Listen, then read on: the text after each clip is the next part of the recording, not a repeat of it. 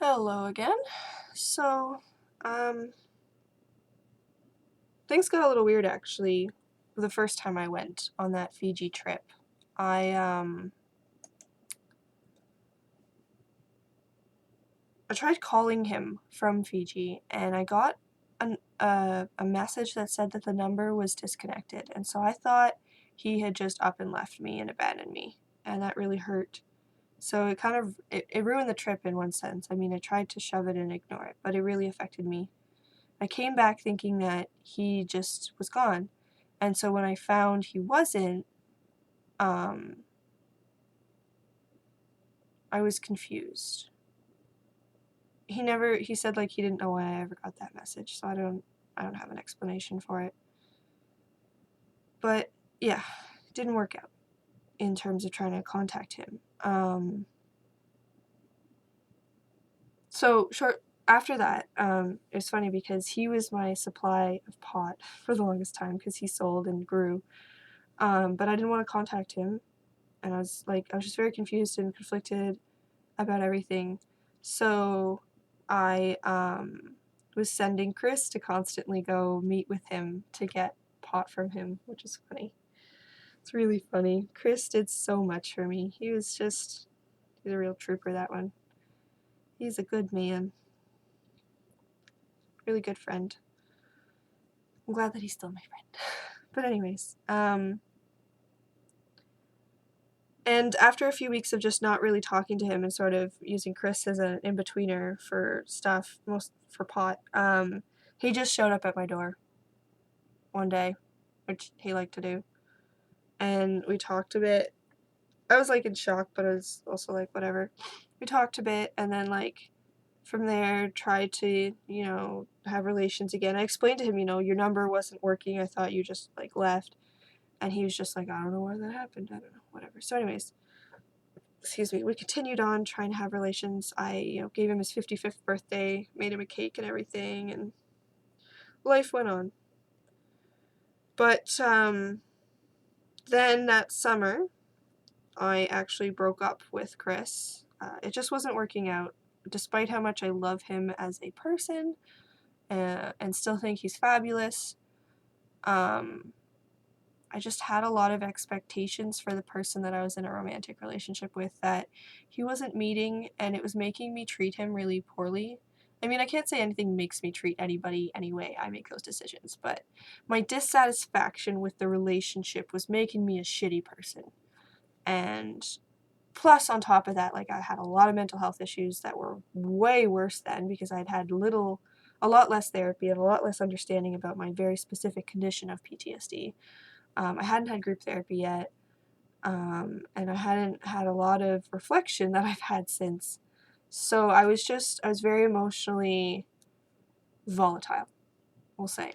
And my dissatisfaction with Chris was an outlet of my emotions, and it led to him being poorly treated. It led to me basically becoming an abusive person, I would say. I was emotionally abusive to him. And that's one of the reasons I say that abusers deserve empathy and can change, because I think I've been an abuser, and have since changed, and I'm not like that anymore. I don't treat my spouse like that anymore, but I was, and I could see it, and I could also see that Chris was never going to leave me, despite it, so I left him. I was unhappy, and I was treating him poorly, so I just felt like it was the best decision for both of us. Funny thing, I kept sleeping with him for the next while after that because I like sex and I didn't want to start casually messing around. But my friend was like, you gotta stop doing that. That's not good. That's not establishing a breakup yet. And I was like, oh, you're right. So I finally stopped sleeping with him. And then I started actually trying to casually date, but it didn't go so well the first time because I wasn't emotionally ready for it. So this guy that I'd had a crush on years before approached me for a casual encounter, and I was like, sure, okay, let's give that a try. I'm down for it. I can't have a relationship right now, but I like sex. But I had the hugest crush on him, just the hugest crush. So I immediately just wanted more, and it didn't go well. Yeah, he had to block me and all this jazz, and later I was like, okay, I'm sorry. That was stupid. Like, I got clingy. Can you unblock me? And he did, and so we're like neutral now, but it didn't go well at first. And then my second attempt was I met someone, well, I knew of someone involved in my friend group who was in a polyamorous marriage. His wife was involved in my friend group. I didn't really know her that well, but she was involved with the people I knew. And I'd seen him around at parties, and I knew that I figured, because he's in a marriage, but he's polyamorous, that's like the perfect situation for a casual encounter. He's committed, he's busy, like he's not looking for love, he doesn't want anything but sex, right? That's what casual encounters are, right? We fell in love. I always laugh at that. He said I love you first. I'd like to just note. I'm going to defend myself there because that's always been a point of issue. In the fact that his wife blames me for their breakup. But anyway, we'll not get into that because that's way outside of these trauma vlogs. I'll get into that in another vlog. But meeting this person is Shane. You guys will meet lots of Shane in the future. It changed everything for me because I felt like I could have confidence in Shane. I felt like he was someone I could depend on, someone of actual stamina, someone that would love me, that I could love, and that I could depend on, and that I wasn't mothering, which is somewhat how I felt, unfortunately, with Chris, was that I felt like I was in a bit of a mothering situation, and I didn't want that, and Shane didn't make me feel that way, so, I mean, don't get me wrong, we've had plenty of issues, there's been all kinds of issues. I mean, we've broken up, and now we're back together, but, back then, he made a big deal in giving me someone else to emotionally depend on, and because of him stepping into my life, I started finally feeling able to move away from my adoptive father because I didn't feel like I needed him as an emotional support anymore.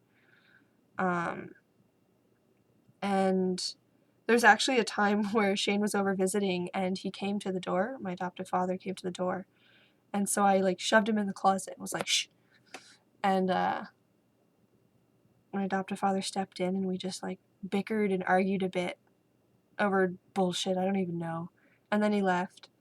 And Shane came out and was just like, wow, I can't believe you deal with that all the time. And then, so after this, what would it be like? I went to Fiji again the next year. Same program, same group. I was trying to go back to the same location, but I fucked it up by 1 week. Well, the program's 2 weeks long, so I was off by one set of weeks. If I had have not messed it up. But anyways, right before that trip, I had decided, like, I hadn't really talked to him very much between November, when I had met Shane, November, December-ish, and the following May when I went to Fiji. So like January, February, March, April. 4 months, 5 months-ish of just not, like, sparsely talking to him, not really.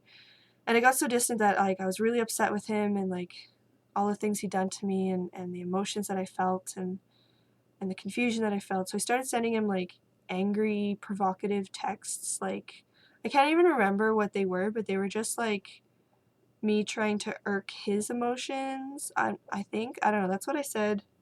That's what I said in the statement. And I remember sending him these angry texts of just being upset at what he'd done to me, but I don't remember what I was trying to say or what I was doing. I was just trying to mess with him because I was pissed. And then I just stopped texting him altogether. And then I decided, right before the next Fiji trip in May, that I wanted to try my best to get my belongings, as much of my belongings as I could, from him.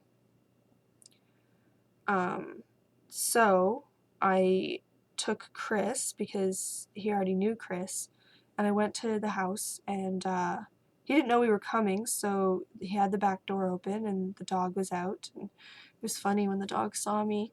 He, oh no, that was the time with Shane. He started jumping and, like, being really happy, and we walked in to see John sitting in the kitchen rolling a joint, and he came out and like pushed us out the back door, and I told him like I'm just here for my stuff. I just want my belongings. That's all. And he was like, so you're okay. You don't need my help at all. You're fine. You don't need anything. And I was like, right, I don't need anything from you. I don't want anything from you. I just want what's mine. I just want my belongings. And his response was, get a lawyer. And he closed the door in my face.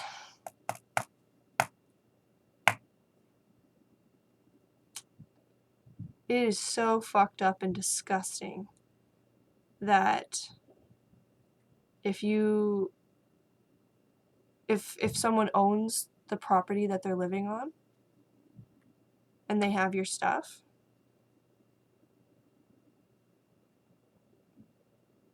unless it's like, something incredibly valuable, worth, thousands and thousands of dollars that you have like ownership of that you can show, you can't get it back. You can't get anything back. The only, like, the way that could have worked out in my favor is if we were renting somewhere, I could call the landlord and be like, he's doing this to me, can you please let me into the house? And they can, because it's their property, but it was his property. So I called the police to get help, and then he called the police and was bitching that I was on his property, but I didn't get the message right away. Then the police called me back and were like, yeah, you have to get off his property, because we were sitting on his front porch, because you're trespassing. And then I was like, well, he has my shit. And so they're like, okay, well, we're sending officers. And so we went and sat in the park across the street waiting. And the cops came, and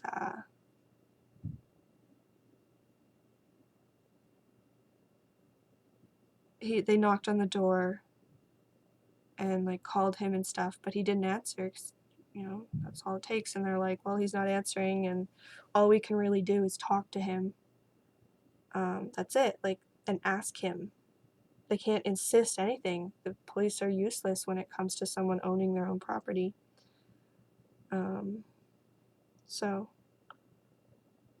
a lot of shit that he had genuinely no use for, that I really valued a lot personally, is probably just in a dump somewhere now. Because fuck me is probably what he was thinking. I don't know. How dare I, or whatever. That is something I forgot to mention that he did. So like, this all happened.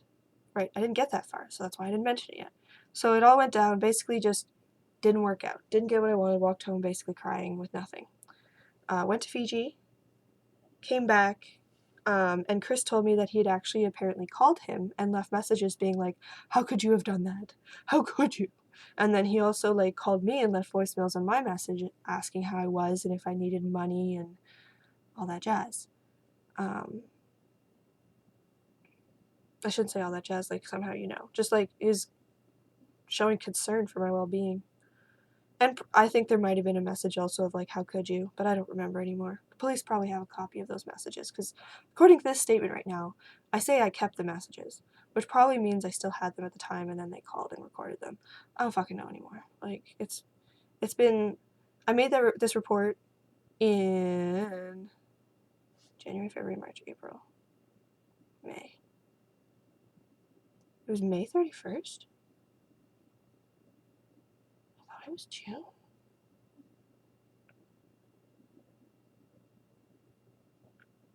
May 31st, apparently. I thought it was June. It's basically June. But anyway, yeah. I made the report at the very end of May 2013. It's finally going to trial in March of 2016. Fucking people! What is with this court fucking system? Okay.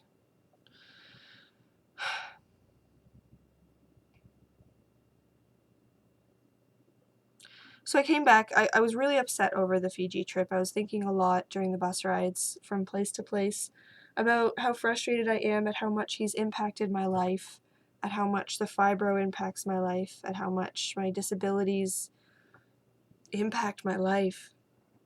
and how much of my life he's taken away. And then I also started reflecting on the people that he's still hurting. I mentioned here, I don't remember it specifically, but I mentioned here that he was making mention of targeting new girls, new people to like help. And that was concerning. And then I saw him operate in public a lot. In the last few times I interacted with him, like he would just tiff with everyone. He'd get in fights with people. He'd just get upset about unnecessary things. He'd find problems. He'd start tiffs, and it was getting ugly. He's ill and iller and iller and iller. He's getting worse. I know he is. Can't be better by now. There's only place he could have possibly gone is worse, because he doesn't believe in the help of psychology. So with all this in mind, I was just like, I really should report him because he's still hurting people. And there's no way as a grown man in his 50s that I'm going to be able to force him into some kind of medical attention. I just can't. I just can't. Only thing that can force any adult to do anything is the law, is the government. That's Big Brother, or, the fucking babysitter of adults. So the only way I can force him to get help is by reporting what he's done out of his illness, which is what ultimately made me decide to make the report. So I got home in the 3rd week of May, and I probably took a little time to get over the jet lag. And then I went on the 31st. I actually went, I think, the week before, or I went a few days before to report it, but they handled it very poorly, where they're like, oh, okay, we'll just go with this cop out in his cruiser and he'll take notes. And I'm like, you don't understand how long this story is, but fine. So he starts like jotting or typing as I'm talking, and then I have to like slow down for him to type, to the point that I'm starting to skip details. And after like a page and a half of him, like, he's just like, actually, I think I'm gonna call another cop and we're gonna try to arrange for you to do like a video interview. And I was like, that's what I've been saying from the beginning. I've done this before. I was molested when I was younger. I know you have the video things. I told you that's what I needed, was a video interview. Fucking anyway, so they told me to come back in a couple days, or maybe they called me to come back. I don't remember exactly. Came back, and that's when I made this report that I've been going off of in order to remember what happened to me. It's funny because I was in bad relations, or very poor relations, with my birth family when I actually made this report back in 2013. It's only out of financial desperation that I actually got back in touch with them. And they came through. They sort of helped me out when they could, and despite being poor. And I'm grateful to be back in touch with them for the most part, because they're, if nothing else, they're decent friends to me now. So that's cool. But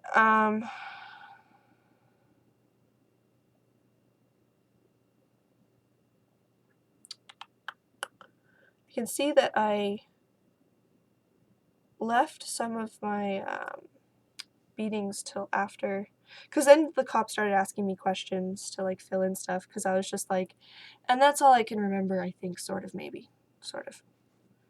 It's hard to recall it all in one spot, as you guys have been seeing. Like, this was all in one sitting that I said all this shit, which means I actually forgot a lot of fucking shit when I made this report. But anyway, all in all, these vlogs will be way more detailed than these reports, but this has been a jabbering vlog of nothing. There was another time I forgot to mention where he would chase me around with a metal bat that he had. And there was a time when I went around the bed, as I've mentioned before, and jumped over the bed to try and like get away from him. And he swung the bat and got me in like the middle of my spine. More often than not, he hit mushy parts of my body. He would try to hit my ass. He would try to hit my thighs, to have the muscle absorb the impact a lot. And he wouldn't full swing it. I mean, he wasn't exactly tapping me either, but he wasn't, literally trying to break every bone. He was just trying to hurt me. Anyway, hit the middle of my spine, and like, I was just kind of frozen on the spot. Like, I was smack dab on the floor, spread eagle, and I felt paralyzed for a few seconds. Like, I thought he might have fractured my spine and, like, I was going to be paralyzed. But I slowly began to regain feeling. So,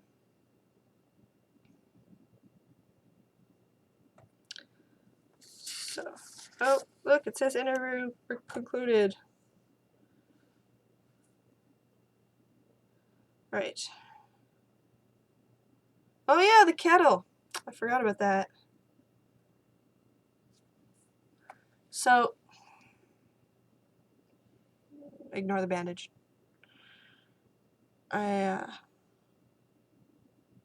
is bugging me. Anyways, so right here, you can't see it. There's like a bump. This side is smooth. Go down, smooth. This side, there's a bump there. I'm pretty sure that's just a broken bone that healed itself. Because there was a time when he said I believe what happened was he said I put words in his mouth. I don't remember exactly, but it was just the midst of a fight. He brought me out from the hallway to the kitchen. I remember being in my pajamas, and he was just like, something about, you put words in my mouth. You don't do that. You don't put words in my mouth. And then he said, put your hand on the table. And so I fearfully put my hand on the table. And then he brought a metal kettle down onto it. Very quickly. It hurt. I proceeded to massage his shoulders later. Massaging him was something I did very often in order to try to calm him down. I think I've mentioned this before, but I would anxiously rub his shoulders all the time, or his hands or something, to try and just calm him down, because if he was calmer, maybe he wouldn't want to hit me so much. But yeah, that's apparently something I remembered right at the end of the interview, was that kettle event. That was sometime in the house that he owns, so that was after 17. It was sometime between 17 and 19 that one happened. I'm pretty sure I was still in high school. In that case, I must have been 17 or 18 then.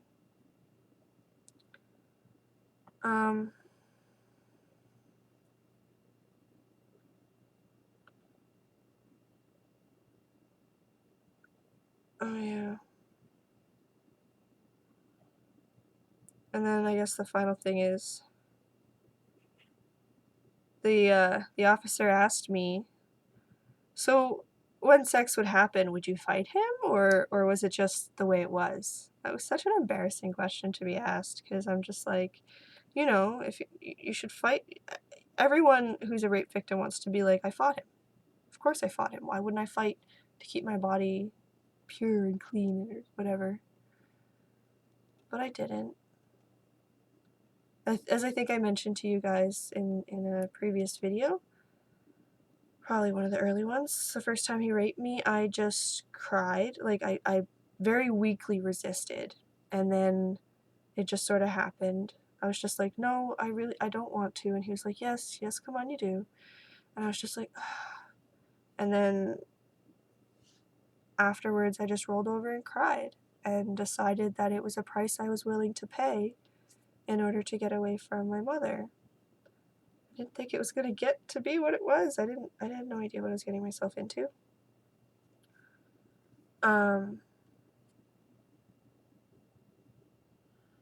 But yeah, in that sense, like, I really didn't feel like I could say no. I got the message that saying no led to more violence and more pain. So I very much just did what he said, and in that sense was his slave. And, did as he said. But at the same time, we actually got in a lot of fights, and he got really upset with me and beat me for not being eager to sleep with him, for not showing eagerness or doing it properly, seeming like I wanted it, I guess.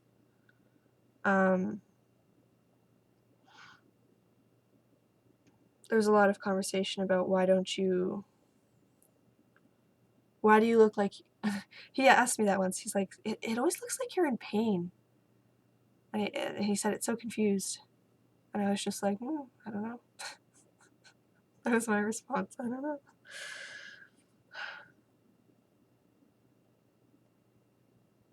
And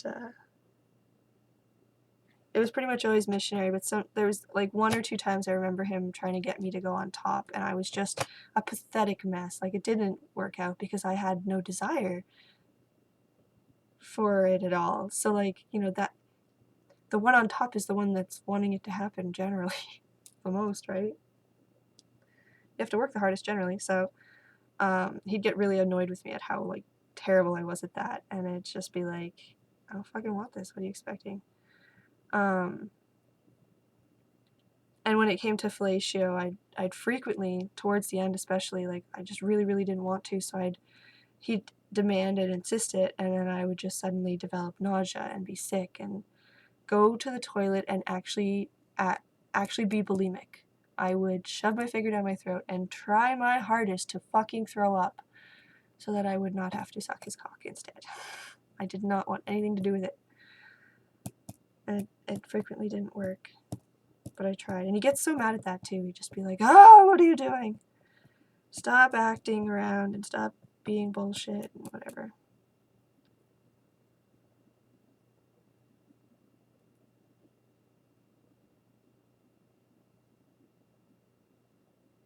Yeah.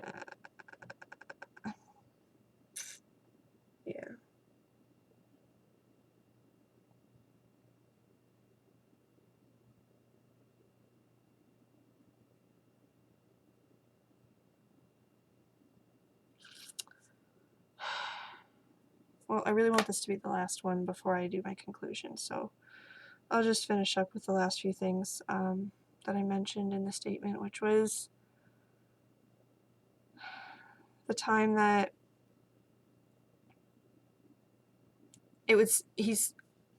he'd say that, like, I don't know, just anal was becoming more often, and it was really fucking painful. So there was a time where he'd be like, flip over, because he wanted to do it from behind, and I was really afraid that he was going for anal, so I'd just be like, no, no, and then he'd just be like, well, that's not what I was going to do, but seeing as you're being like that, and then he'd just, like, brutally rape me anally, like, oh my god, it was fucking brutal. It hurt so much. Which, you know, was hard.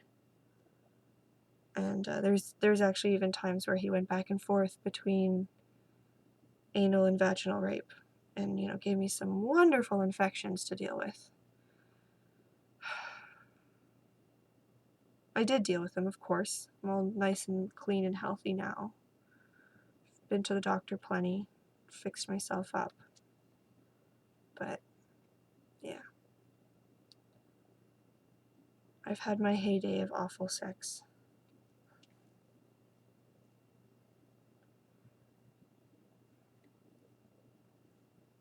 And I am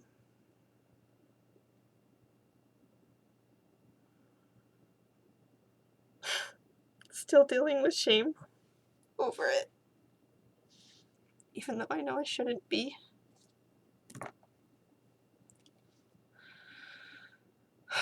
I'm working on it, I guess.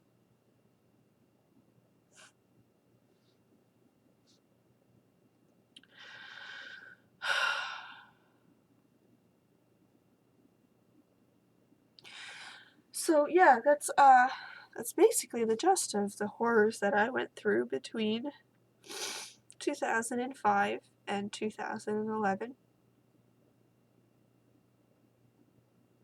February 2005, February 2011.